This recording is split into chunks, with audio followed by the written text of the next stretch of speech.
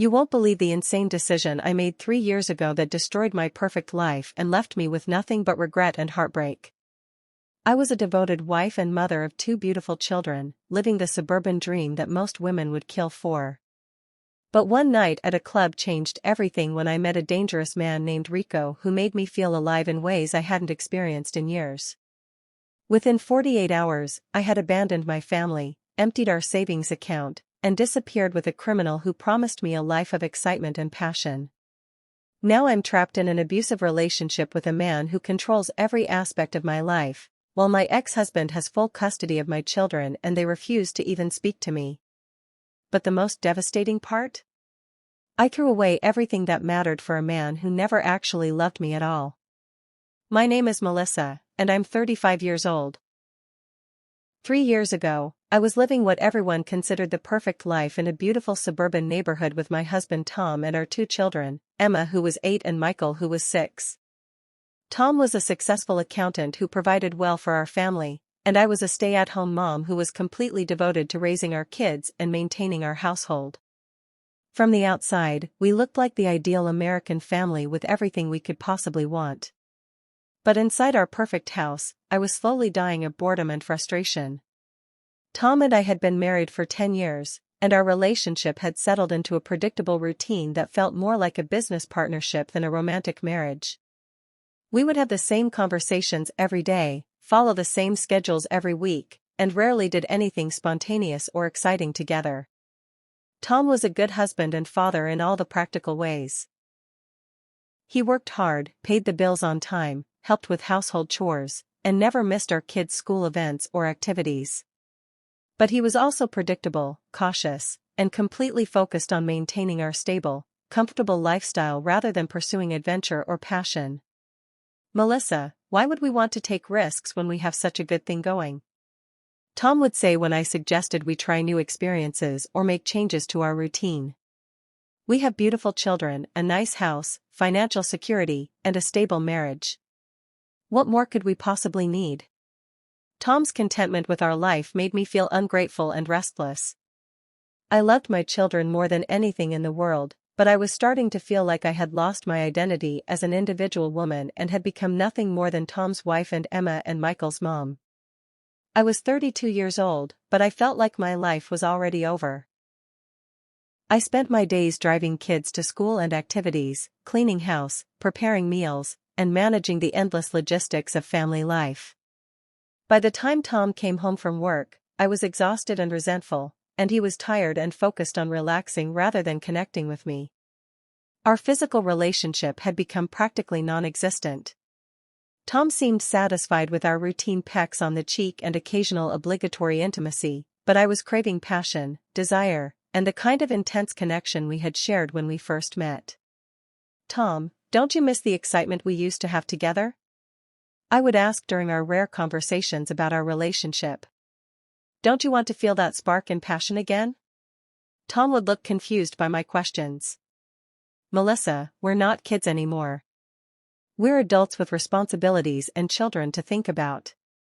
Passion is less important than partnership and stability at our age. His responses made me feel like I was being dramatic and immature for wanting more excitement in our marriage, but I couldn't shake the feeling that I was wasting away in our comfortable but lifeless relationship. My frustration with my marriage and my life reached a breaking point about 3 years ago when my best friend Karen suggested we have a girls' night out to celebrate her recent promotion at work.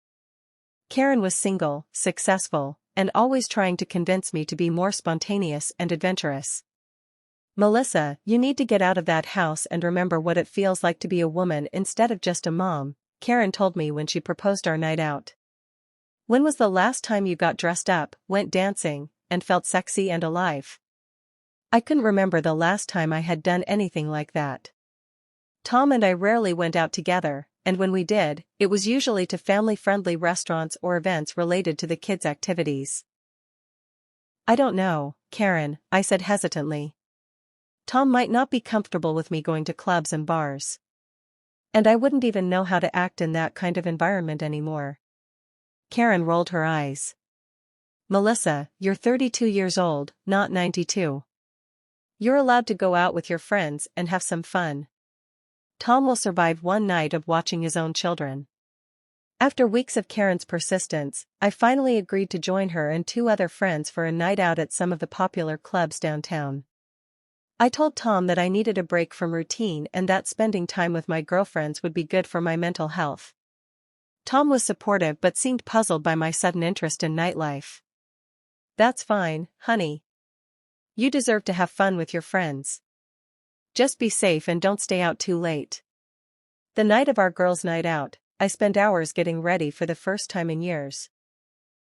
I wore a tight black dress that I hadn't touched since before I had children, did my makeup more dramatically than usual, and styled my hair in a way that made me feel sexy and confident.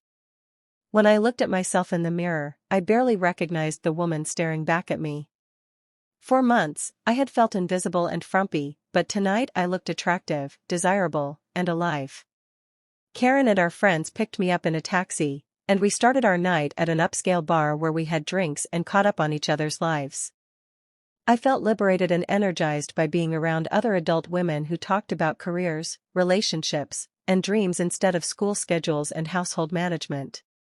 After a few drinks, we moved on to a trendy nightclub that was packed with young, attractive people dancing to loud music and enjoying the kind of nightlife I hadn't experienced in over a decade.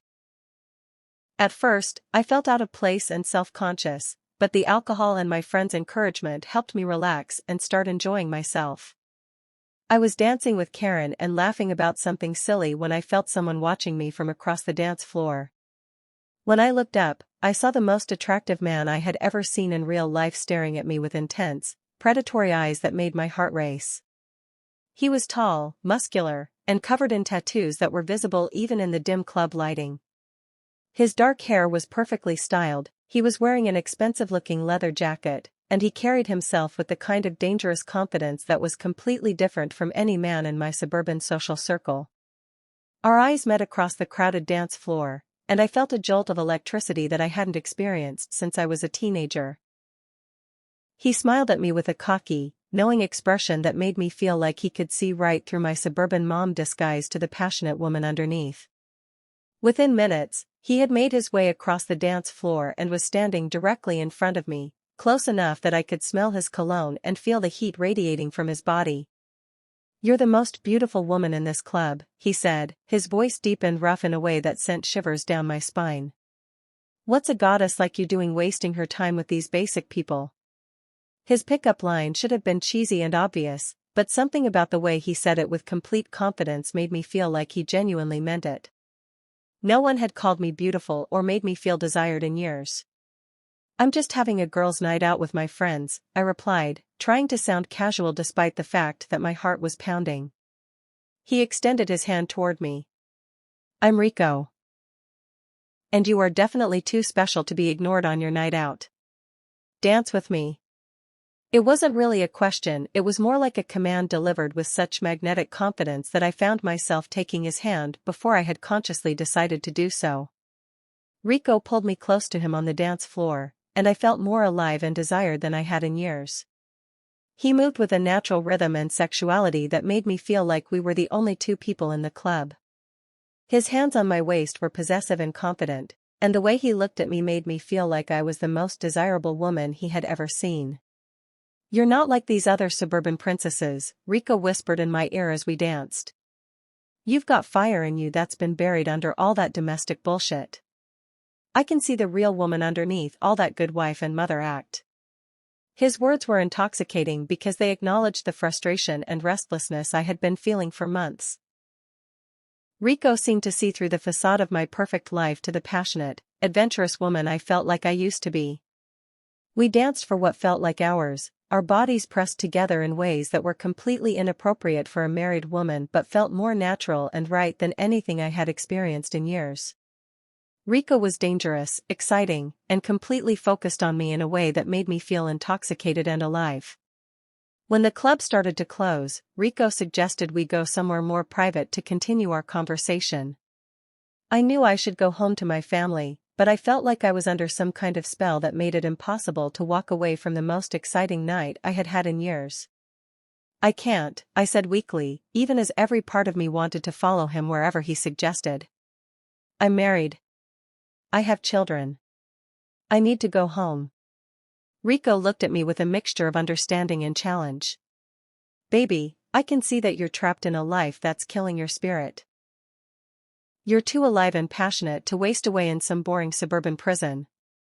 When was the last time someone made you feel like this? I couldn't remember the last time I had felt so desired, so alive, so connected to my own sexuality and power as a woman. Tom was a good man, but he had never made me feel the way Rico made me feel in just a few hours. Come with me for just a little while, Rico continued, his voice persuasive and hypnotic. We'll just talk, get to know each other better. You deserve to feel appreciated and desired by someone who can see how special you are. Against every rational thought in my head, I found myself agreeing to go with Rico to his apartment for what I told myself would be just an hour of adult conversation and connection. Rico's apartment was in a rough neighborhood that I never would have visited during daylight hours, but that night it felt exciting and adventurous. His place was small but stylish, with expensive electronics, designer clothes, and other luxuries that suggested he had money from sources that probably weren't entirely legitimate. What do you do for work? I asked as Rico poured us drinks and put on music that created an intimate, seductive atmosphere. Rico smiled mysteriously. I'm in import and export. I deal with high-value goods that require discretion and specialized knowledge. It's complicated, but it's lucrative. I was too intoxicated by Rico's attention and the excitement of being in his world to ask more specific questions about his obviously illegal business activities. Rico was an incredible listener who seemed genuinely interested in learning everything about me, my dreams, my frustrations, my desires, and my feelings about being trapped in a life that felt too small for who I really was. Melissa, you're an amazing woman who deserves to feel passion and excitement every day of your life, Rico told me as we talked late into the night. You shouldn't have to settle for some boring accountant who treats you like a roommate instead of like the goddess you are. Rico's words were like a drug that made me feel powerful, desirable, and alive in ways I had forgotten were possible.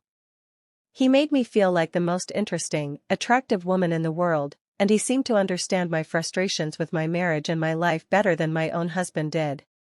One thing led to another, and I ended up spending the night with Rico in a passionate encounter that was unlike anything I had ever experienced.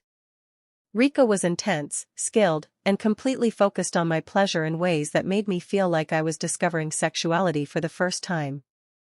The next morning, I woke up in Rico's bed with a mixture of guilt and exhilaration. I had cheated on my husband for the first time in our 10-year marriage, but I had also felt more alive and connected to myself than I had in years. Don't feel guilty about finally taking something for yourself, Rico told me as I was getting dressed to go home. You deserve to feel this good all the time. Your husband and your suburban life are holding you back from being the amazing woman you really are. I drove home that morning planning to confess everything to Tom and work on rebuilding our marriage with the understanding that I needed more excitement and passion in our relationship. But when I walked into our house and saw Tom making breakfast for Emma and Michael, I felt like I was returning to prison after experiencing freedom. How was your girls' night out? Tom asked cheerfully, giving me a quick kiss on the cheek. Did you have fun with Karen and the others? I looked at my husband and children and felt a strange disconnection, like they were part of a life that no longer fit who I was becoming. Tom seemed boring and predictable after Rico's dangerous excitement. Our house felt suffocating after Rico's edgy apartment. Our routine conversations felt meaningless after Rico's intense focus on my thoughts and feelings. Over the next few days, I couldn't stop thinking about Rico and the way he had made me feel. I found myself resenting Tom for not being more passionate and spontaneous. I felt impatient with Emma and Michael for needing constant attention and care. I was going through the motions of my normal life while mentally comparing everything to the excitement I had experienced with Rico. Rico started texting me constantly, sending messages that were sexy, romantic, and completely focused on me in ways that made me feel addicted to his attention. I can't stop thinking about you, beautiful. You were incredible last night. When can I see you again? You deserve so much better than the boring life you're living. I want to show you what real passion looks like. I know you're thinking about me right now. You felt that connection too. Don't try to pretend it didn't mean anything. Rico's messages made me feel desired and alive, but they also made it impossible for me to focus on my family or my responsibilities. I was constantly checking my phone, making excuses to leave the house, and living for the next message from Rico. After a week of intense texting and phone calls, Rico suggested that we meet again. I knew it was wrong, but I felt like I was addicted to the way he made me feel, and I convinced myself that I just needed to see him one more time to get him out of my system. I met Rico at his apartment again, and our second encounter was even more intense than our first. Rico was passionate, attentive, and completely devoted to making me feel like the most desirable woman in the world. He also started talking about our future together and how we could build a life that was exciting and passionate instead of boring and predictable. "Melissa, I'm falling in love with you," Rico told me as we lay in bed together. "You're not like other women I've been with. You're special, intelligent, and passionate. I want to take care of you and show you what life can be like when you're with a real man who appreciates what he has." Rico's declarations of love were intoxicating, but they also forced me to confront the reality that I was having an affair that was destroying my marriage and my family. "Rico, I have children," I said, trying to hold on to some connection to my real life. "I can't just abandon my family for a relationship that started as an affair." Rico pulled me closer and looked into my eyes with an intensity that made me feel like he was seeing into my soul. "Baby, your children deserve a mother who is happy and fulfilled, not someone who is dying inside because she's trapped in the wrong life. And they deserve to see what real love looks like, not some boring roommate situation between their parents." Rico's logic was compelling because it allowed me to rationalize my desires as being somehow better for my children. He made me believe that leaving my marriage would actually be the right thing to do for Emma and Michael's emotional development. Over the following weeks, Rico and I continued our affair while he gradually convinced me that I needed to leave Tom and start a new life with him. Rico painted pictures of the exciting life we could have together, traveling, experiencing new adventures, and being with someone who truly understood and appreciated me. "Melissa, life is short, and you're wasting yours pretending to be someone you're not," Rico would tell me during our secret meetings. "You could be living an amazing life full of passion and excitement, but instead you're trapped in some suburban nightmare that's slowly killing your spirit." Rico also started suggesting that I should bring money with me when I left Tom, arguing that I deserved financial compensation for the years I had sacrificed my own dreams to support Tom's career and raise his children. "You've been Tom's unpaid housekeeper and nanny for 10 years, Rico said. "You deserve to take some of that money and invest it in your own happiness for once. Tom can afford it, and you've earned it through all your sacrifice and hard work." Rico's arguments were persuasive because they appealed to the resentment I had been feeling about my financial dependence on Tom and my lack of career development during our marriage. After 2 months of our affair, Rico told me that he was planning to move to Miami to expand his business operations, and he wanted me to come with him to start our new life together. "This is our chance, baby," Rico told me with excitement and urgency. "I can set us up with a beautiful apartment, show you an amazing city, and we can finally be together without having to sneak around. All you have to do is choose happiness over obligation." Rico's proposal was terrifying and exhilarating at the same time. He was offering me the chance to escape my boring, predictable life and start over with someone who made me feel alive and desired. But he was also asking me to abandon my children and destroy my family for a relationship that had started as an affair. I spent sleepless nights agonizing over Rico's proposal, torn between my love for Emma and Michael and my desire for the exciting life Rico was offering me. Rico was patient but persistent, constantly reassuring me that leaving would be the best thing for everyone involved. "Your kids will understand when they're older," Rico told me. "They'll see that you were brave enough to choose happiness over settling for a miserable marriage. And Tom is a good father, he'll take care of them while you figure out how to build a life that makes you happy." Finally, after weeks of internal struggle, I made the decision that would destroy everything I had built over the previous 10 years. I decided to leave with Rico and start a new life in Miami. I didn't have the courage to tell Tom and the children face to face what I was planning to do. Instead, I waited until Tom took Emma and Michael to his mother's house for the weekend, then I packed 2 suitcases with my favorite clothes and personal belongings. I also emptied our joint savings account, taking $47,000 that Tom and I had accumulated over years of careful budgeting and saving. Rico had convinced me that this money was rightfully mine and that I would need it to start my new life. I left Tom a letter explaining that I was unhappy in our marriage and needed to find myself by starting over with someone who understood me better. I tried to make it sound like I was doing what was best for everyone, but even as I wrote the letter, I knew I was just making excuses for abandoning my family. Rico picked me up that Sunday morning, and we drove straight to Miami without looking back. I felt terrified and exhilarated as we left everything I had known behind and headed toward the unknown future Rico had promised me. For the first few weeks in Miami, I felt like I had made the right decision. Rico rented us a beautiful apartment with an ocean view, took me to exciting restaurants and clubs, and introduced me to a lifestyle that was completely different from my suburban mom existence. "See how much happier you are already?" Rico would tell me as we explored Miami's nightlife and enjoyed our newfound freedom.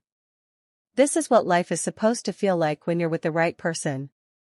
Rico was attentive, passionate, and completely devoted to showing me a good time. I felt like I was finally living the exciting, adventurous life I had been craving for years, but gradually, the reality of what I had done started to sink in. I missed Emma and Michael desperately and felt guilty every time I thought about how confused and hurt they must have been when they returned from their grandmother's house to find that their mother had disappeared. Tom had been calling and texting constantly for the first few weeks, begging me to come home and work on our marriage. His messages were heartbreaking because they showed how much he loved me and how devastated he was by my abandonment of our family. "Melissa, please come home," Tom wrote in one of his messages. "The kids don't understand where you went. Emma keeps asking when mommy is coming back. Whatever problems we have, we can work through them together. Please don't destroy our family like this." Reading Tom's messages made me feel terrible about what I had done, but Rico was always there to remind me that I had made the right choice for my own happiness and mental health. "Tom is just trying to manipulate you into going back to a life that was making you miserable," Rico would tell me when I expressed doubts about our decision. "He doesn't actually care about your happiness, he just wants his convenient housewife back to take care of his kids and manage his domestic life." But as the months passed, Rico's behavior started to change in ways that made me realize I might have made a terrible mistake. The passionate, attentive man who had swept me off my feet was gradually becoming controlling, possessive, and emotionally abusive. Rico started monitoring my phone calls and text messages, becoming angry when I talked to friends or family members from my old life. He would accuse me of wanting to go back to Tom and would punish me with silent treatment or verbal abuse when I expressed missing my children. "You chose me over them," Rico would remind me coldly when I cried about missing Emma and Michael. "If you really loved those kids, you wouldn't have left them in the first place. So stop crying about a decision you already made." Rico also became increasingly controlling about money, taking control of the savings I had brought from my marriage and giving me small amounts for personal expenses while keeping the rest for his business activities. Most disturbingly, I gradually learned that Rico's import and export business was actually drug trafficking, and that I was now living with and financially supporting a dangerous criminal who could be arrested at any time. "You're in this with me now," Rico told me when I expressed concern about his illegal activities. "You took money from your husband to fund our life together. You're just as guilty as I am if anyone starts asking questions." I realized that Rico had deliberately isolated me from my support system and made me financially dependent on him so that I couldn't easily leave even if I wanted to. I was trapped in a relationship with a criminal in a city where I knew no one and had no resources of my own. Meanwhile, I learned through social media that Tom had filed for divorce and was seeking full custody of Emma and Michael.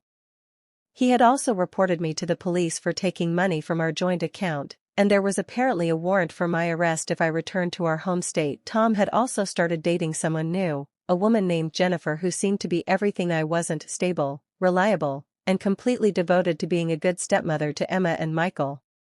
In photos, my children looked happy and adjusted to their new life without me. The most painful realization was that Emma and Michael were thriving without me. They had adjusted to their new routine with Tom and Jennifer, and they seemed to have accepted that their mother had abandoned them for her own selfish reasons. 3 years later, I am still trapped in Miami with Rico, but our relationship has become a nightmare of abuse, control, and constant fear. Rico is violent when he's angry, controlling about every aspect of my life, and completely indifferent to my emotional needs or my desire to see my children. The passionate, exciting man who had promised me adventure and fulfillment has revealed himself to be a dangerous criminal who used my vulnerability and dissatisfaction to manipulate me into destroying my life and my family. Meanwhile, Tom has built a beautiful new life with Jennifer, and my children call her mom while referring to me as Melissa. On the rare occasions when they're forced to acknowledge my existence, I threw away everything that mattered: my marriage, my children, my home, my financial security, and my reputation, for a man who never actually loved me and was only using me for his own selfish purposes. The boring husband I left was actually a devoted partner who would have worked with me to address any problems in our marriage. The predictable life I abandoned was actually stable, loving, and filled with people who genuinely cared about my well-being. I can never undo the damage I caused to Emma and Michael by abandoning them when they needed me most. I can never rebuild the trust one destroyed with Tom by betraying our marriage vows and stealing money from our family. I can never recover the life I threw away for a dangerous fantasy that turned into a living nightmare. Some mistakes are so devastating that you spend the rest of your life paying for them. Abandoning your family for a stranger you met at a club is one of those mistakes, and I will regret it for the rest of my life.